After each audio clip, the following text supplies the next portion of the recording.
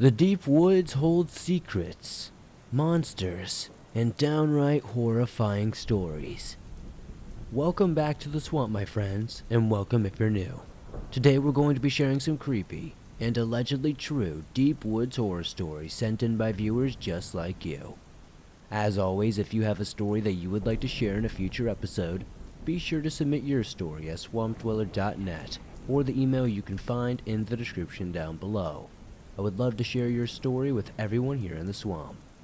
Chilling is the new home of horror, and an amazing mobile app that allows you to do things that are just not possible on YouTube. With hundreds of amazing stories and new stories being added every single week, Chilling is definitely the place to be. This includes Chilling's exclusive feature, the ambient sound menu. You can change the background noise at will whenever you want without interruption. My favorite part of Chilling is that they are always adding brand new things to the platform, like vintage horror radio, classic novels and short stories, Chilling originals. They are adding more narrators, a sleep timer, previously listened to indications, history sections, more details on story previews, new ambient sounds, the ability to listen offline, and over 200 hours of content and 700 plus stories that are growing weekly. Basically, it's easy to say that Chilling has no lack of new content coming, and there's tons more to come soon. So what are you waiting for? Start your free trial today with the link you can find in the description.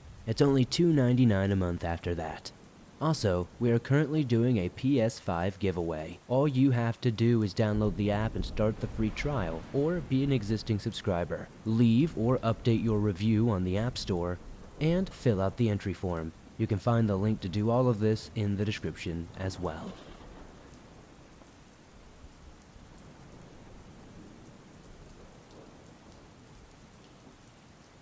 Hi Swamp Dweller. I've been listening to your stories for about a month now, and I want to say you are my favorite narrator I have encountered thus far. I always think the stories you tell are fascinating, and they've got me thinking about things that I experienced myself. I am 18 years old and I live in the Netherlands, so do not expect a Bigfoot, Dogman, or any kind of cryptid story. The forests here are just way too small, and the population density is too high to have such creatures lurking about in the woods. But, as probably many of you know, that does not mean that weird things do not occur. With that having been said, let me tell my two stories that still make me ponder sometimes. When I was about 13 or 14 years old, a new kid joined my class and became a member of my group of friends who I still see regularly. I will call him Brent to make things easier. Brent lives at the border of the biggest patch of woods in the vicinity of my house, which has an area of about 35 square kilometers, or 13.6 squared miles for the American folk. His family has a respectable piece of land for Dutch standards, and has an extra building on the land which is used for office and guest stuff. Next to his land was an abandoned property, which consisted of 4 small buildings, of which 2 were inaccessible. Well, Brent, my friends, and I, being young teens, often went to this property and hung about the place, smashing windows and blowing up toilets and other stuff with fireworks. This eventually grew out to us having a sleepover in the guest house about once a year, during which we would wait until midnight to venture out into those woods. The abandoned property, other towns, or sometimes all of them until the sun came up. We would occasionally build and throw Molotov cocktails in the concrete shed of the abandoned property, set off heavy fireworks, and one time even blew up 15 liters of lighter fluid on the sandy plains of the woods. These woods were mainly coniferous, and, for whatever reason, sometimes had these sandy plains ranging from small to huge within them. We liked one plain because it was about 3 miles away from the house, and sand doesn't burn, so we were confident enough to set off fireworks there and not cause a forest fire.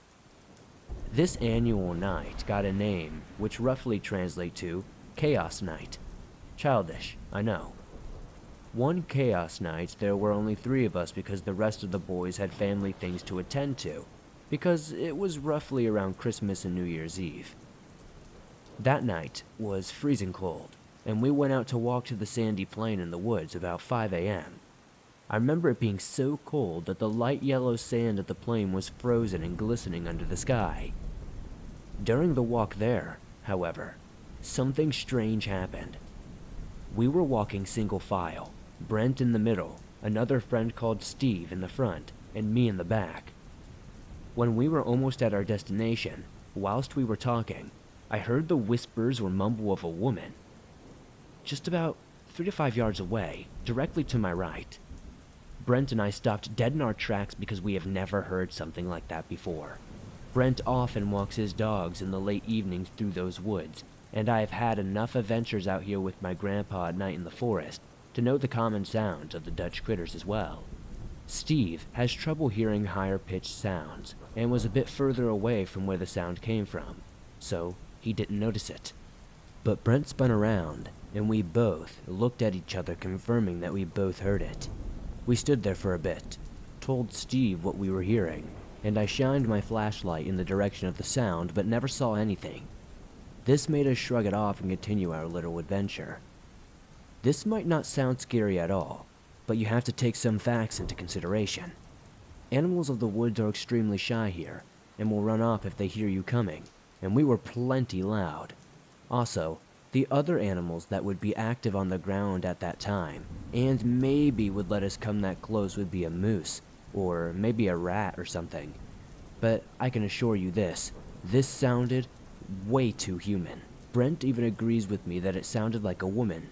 So, either there was someone hiding from us, or it was something else entirely. The thought of my experience and what it could have been still gives me chills to think about, especially now that I'm a firm believer of the unknown. My second story takes place at Brent's house. This was after our first night of chaos. My friends and I went out to the abandoned property to throw Molotovs again, because the night before was our first time doing a thing like that, and let's just say, a lot of the Molotovs failed. Earlier, I said that we would throw the mollies in a concrete shed for safety reasons.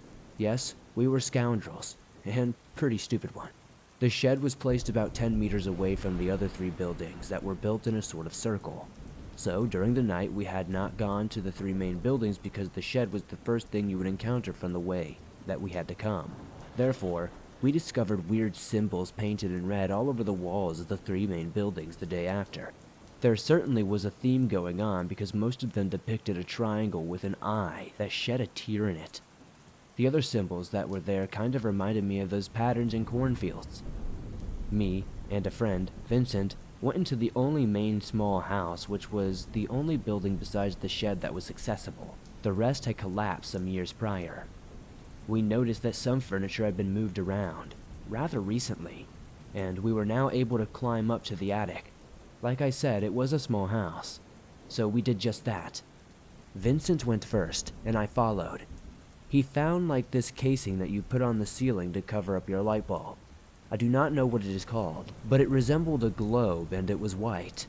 He was also showing it to the rest of my friends through the broken window while jokingly shouting, "I found the eye of the Illuminati," referring to the triangle eye symbols outside. While he was doing this, for some reason, I had to take a pee, so I went pee into this hole that was going into the ground. When I was done, I walked further into the attic, which consisted of 2 rooms, one in the front in which we entered, and where Vincent found that weird eye thing. The room in the back was dark and only had one tiny window that was about 8 inches by 8 inches. To my surprise, there was this little filthy window there, also, that resembled an eye within a triangle painted in red. When my eyes adjusted to the dark, I saw that there was a circle painted on the floor with small candles on the outline of it. In the middle of the circle was a self-made morning star on the ground. For those of you who do not know what a morning star is, it is a medieval weapon which consists of a handle with a chain on the far end of it, and a ball with spikes protruding out of it. I picked up the weapon and brought it to the window, where Vincent was still talking with my friends outside, and immediately after I stuck my hand out of the window to show it to everybody, Vincent threw the eye high up in the air and it landed literally on one of the rocks, breaking it into 1,000 pieces. Vincent's comedy act caused me and the boys to laugh, and therefore we weren't that impressed by all of it. Sure, we were perplexed that something like that would even be there, but not necessarily terrified. After that, we threw some mollies and took the Morning Star back to Brent's house where he stashed it somewhere. That abandoned property has since been demolished and other people have built their houses there, and the Morning Star should still be somewhere in Brent's house, although I haven't seen it since that day. We still go into those woods at night sometimes, and we've had a couple of weird things happen again. If someone wants to know more or even see some pictures of the Morning Star and symbols, maybe I can send them in. Although these stories may not seem scary on their own, together these experiences creep the hell out of me and often make me wonder what was in those woods that night and who left that Morning Star there and why. If someone has a clue, please leave it in the comments. Thank you for listening and stay safe.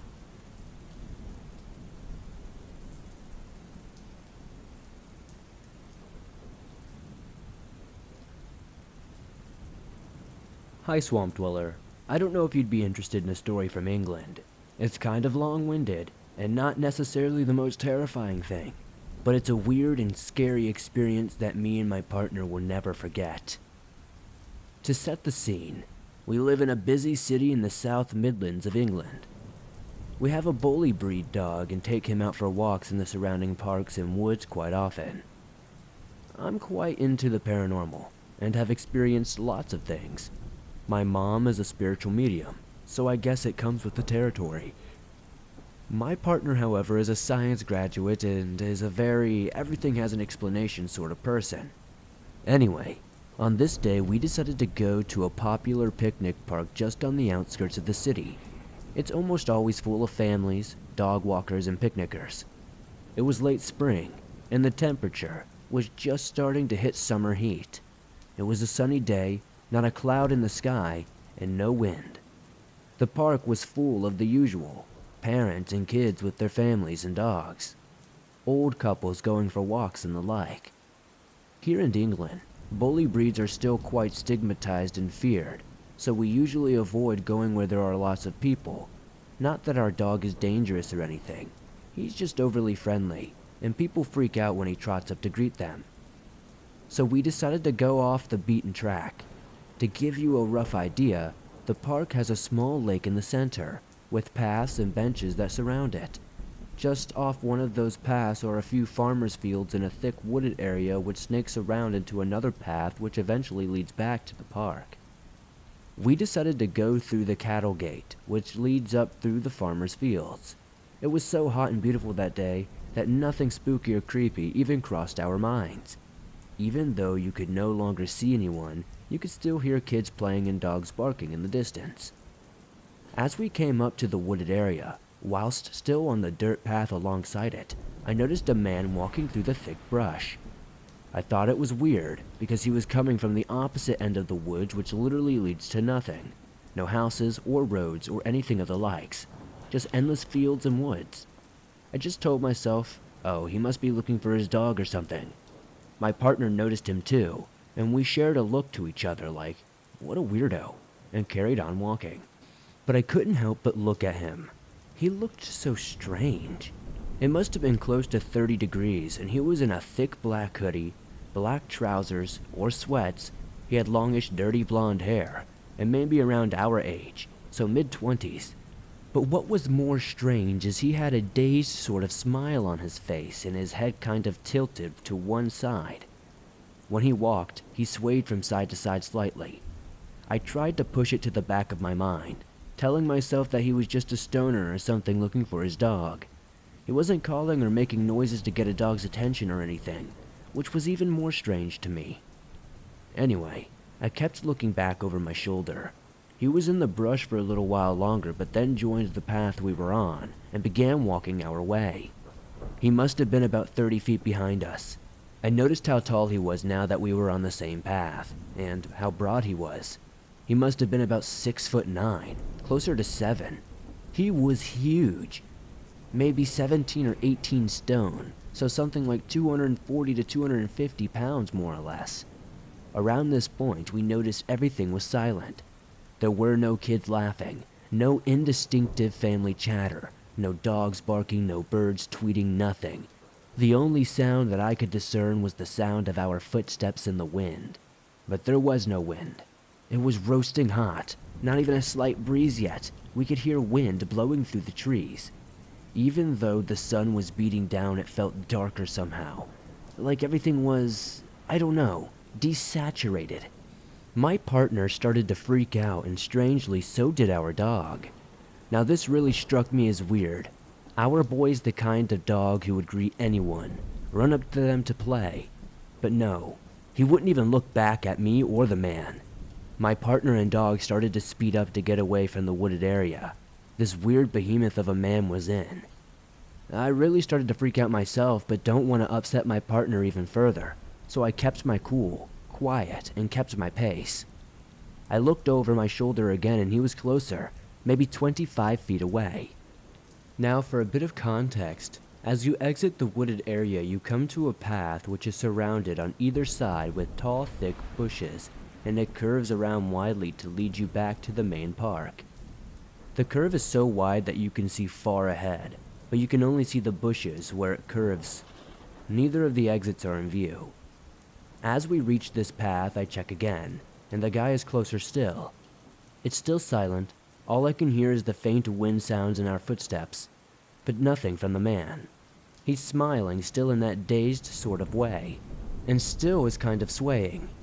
Everything still felt weird and dull, and that's the only way I can describe it. I thought to myself, if this weird bloke is going to try something, I'm going to have to protect my partner. I'm only 5'8" myself, and not much of a fighter, so I grabbed my car keys and put them between my fingers in my pocket. If this dude wanted to try anything, I'd smash him in the face and leg it. I'm not fast either, but I convinced myself I'd be faster than him. I check over my shoulder again, and he is still close. I start to hype myself up. He was coming, and I was ready. I realized I couldn't hear him at all, though. He was probably about 15 feet behind me now. My partner and dog had literally hightailed it up the path, but why couldn't I hear any footsteps from him? Another quick glance, and he was right behind me, 5 feet or so. This was it. If I was going to do anything, it had to be now. If I could keep the element of surprise on my side, I might be able to stand a chance and give us the opportunity to run. I swung around as quick as I could and went to shout out at him and swipe at him, but he was gone. There was nothing there, no man or no sign of him whatsoever. I paused and looked around. He couldn't have run back along the path. He couldn't be that quick. I would still be able to see him as the path winds around so widely he would still be in view. He couldn't have jumped through either side of the path into the rows of bushes, as I would have heard it, and seen the rustling of the bushes or the hole he would have made. He had simply vanished. I stayed there for a moment, and only when I decided to walk on to check on my other half and the dog that I realized I could hear the park again. The wind noises had gone, and the day returned to normal. The sunlight was no longer dull, and everything seemed normal. I got shivers and ran to catch up. I asked my partner if they had seen him go anywhere, but they didn't see anything. They just said he really freaked them out and they didn't want to be there anymore. I could see that they were really shaken up. The dog was back to normal though, wagging his tail and wanting to play and explore. We decided to cut our walk short and drive home. After we got home, I rang my mom and told her all about it. She advised me to check reports for missing people or deaths related to that area, which I did, and weirdly enough, lots of people have died there by suicide or overdoses, but none of the people I found online matched this description. I tried to forget about it and get back to normal life and all that. I was applying to go back to college at the time, so I didn't really need to be thinking about giant ghost men. After a few days, it had left our minds and we got back to normality. A few nights later, I wake up in the middle of the night and open my eyes. As they adjust to our darkness, I look up at the ceiling where the orange glow of the street lamp shines through our window, and my heart stops. He was there, stood over our bed. He was so tall with his head just below the ceiling light. He still had that weird, dazed smile, all lit up with the orange glow. I jump up and punch at him as hard as I can, but my fist doesn't meet anything, because there was nothing there. I turned on the light and looked around, found nothing. I absolutely ransacked the house and found not a single person. I've never seen him since, but after seeing him in our bedroom, our apartment felt horrid afterwards. It never felt homey or safe again, and we would hear horrible things. For example, at one point in the middle of the night, I heard my own voice call my partner's name from the other side of our bedroom. We heard walking in our attic, which was too low for people to walk in, and our pets would not sleep alone. They would always growl at corners of the house. We left that flat after a year or so of dealing with the weird ghostly experiences. My partner, of course, kept denying that it was a ghost. She just said that it couldn't be explained.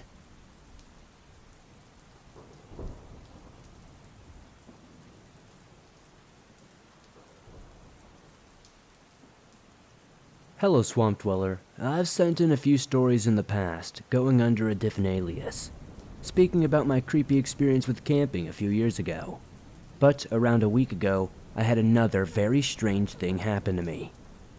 I'm 14 years old and from Belfast, Ireland. I go out a lot on nighttime walks with my friends, and most nights we only go on short ones. But this night we planned on doing something else. I met my friend on her street, and then we went and picked up my other friend. For the story, I'll call one Katie and the other one Ellie. We walked to the bus stop closest to my friend's street and got a bus to the university area of my city, as there are lots of cafes and restaurants around there, and it's quite bright. We got off the bus at the stop and started walking, looking for a cafe to go into, but we couldn't find one, so we decided to walk straight into the city center, which was a short walk away. We found an open cafe and decided to go in for a snack and something to drink. It was around 7 p.m. and it was getting dark outside, so we decided to leave the cafe and get another bus back home. We got on the bus that would take all three of us home, but at the second stop, a ticket inspector got on and kicked us off the bus when he realized we had no tickets. It was now raining slightly. We decided we would just walk to another bus stop and get on a bus that we knew would be inspector-free. We walked around 5 minutes to get to that bus stop, and when we got there wasn't another one around for about 20 minutes. Damn it, let's just take the other bus to the field and then walk through it to get home, I said to both of my friends. They agreed, so we hopped on the bus and took a seat. On the bus ride back, it started to rain even heavier. When we got to the last stop, we were the last ones on the bus, and the stop happened to be in a very Protestant area, so we already felt quite unsafe being there, as 2 out of 3 of us had very unique Catholic names, and were afraid of some people hearing them and potentially harming us. I know it might sound a little weird to mention this, but unfortunately it is a true issue in the area we grew up in. We walked through some streets, and finally got to the football field that backed onto the forest that we would need to cut through to get home. We sprinted across the football field, trying not to get our shoes too wet, as it had been raining for a few days, and the field happened to be quite flooded. We got to the edge of the forest, and when the rain got a little bit heavier than it was before, the forest was pitch black, so we turned on our flashlights to see where we were going. We began our walk into the forest, taking careful steps as to not slip on the wet, muddy ground. Now, I spent my whole summer in that forest, and I would be confident in saying that I knew it like the back of my hand. All 3 of us do. When you walk in, there's a straight path that leads you through 2 small fence posts after walking for about 2 minutes. When you get past those fence posts, you take a right and walk for about 2 minutes. Then you arrive at the other side of the forest, where you exit into a huge field, which then leads you home. Although, when we took a right at the 2 tall fence posts, it didn't lead us there at all. The whole forest changed shape.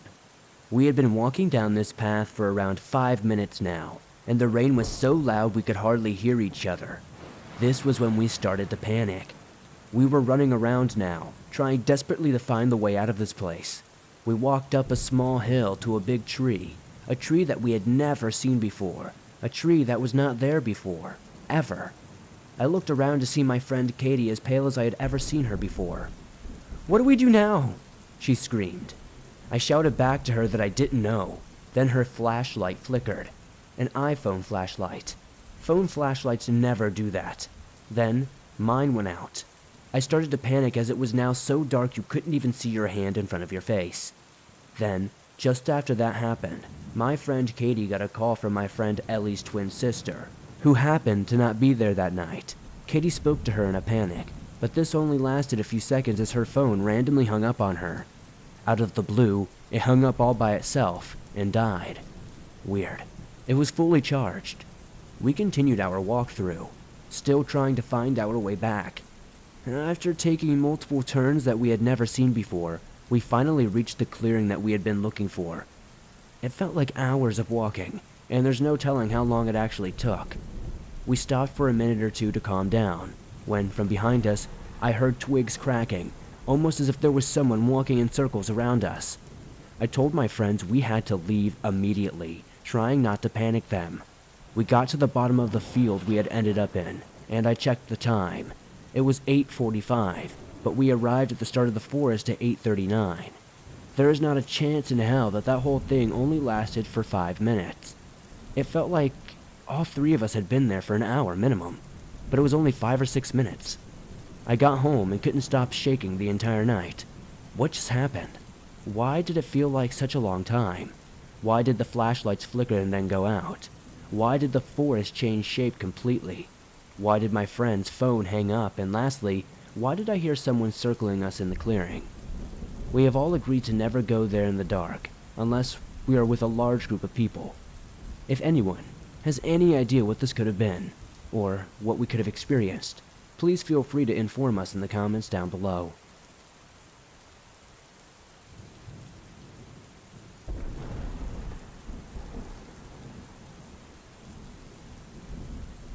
Hello, Swamp Dweller. To start this off, I'm a 29-year-old man, and 3 times a year I head up to Georgia, in the mountains, to camp, fish, and have a great time. But after my last trip, I doubt I will ever go again. I had been super excited the week before. I was to head up to Georgia, and when the day finally came, I could have died with happiness. I loaded up my dog, Buddy, and all of my gear, and started the trip. About an hour into my trip, I saw a road that I've never been on before. I decided I would take it and just go down for about an hour, since I was ahead of schedule, and then eventually I would go back down to the main road. I lost track of time, and before I knew it, the sun was setting. I grabbed my gear and Buddy, and we hiked out about 10 minutes before finding a nice clearing in the forest. I set up camp and looked around my camp. I saw a small, man-made trail leading into the dark trees and decided that me and Buddy did need to take a walk. I grabbed my walking stick, Buddy's leash, and a headlamp, and we headed on to the small trail. I knew something was wrong when I couldn't hear a single insect or animal. Me and Buddy stopped at a little creek when I saw something terrifying. 2 eyes reflecting off of my headlamp. This thing was tall, 6 or 7 feet, and the eyes were too big to be human. My dog was usually very protective of me, but instead of barking or doing something, he whimpered and peed on my leg. I've never seen him act like this before. He's seen bears before and has scared away mountain lions and squared up with many other animals, but has never peed in fear. As Buddy kept whimpering, I felt terrible, like this thing hated me, and it could rip me to shreds if it wanted to at any given moment. Then it made the scariest noise I have ever heard. It sounded like a maniac screaming. Me and Buddy bolted back to our camp. In our camp, I could still hear the thing. I was absolutely not staying here. I packed up the camp as Buddy stood watch. We ran to my truck and got the heck out of there. I went straight home and didn't sleep that entire night. Later, I looked up on the internet what could have made that noise, and nothing I could find came close to it. I really don't know what that was, but there's something weird in the woods of Georgia.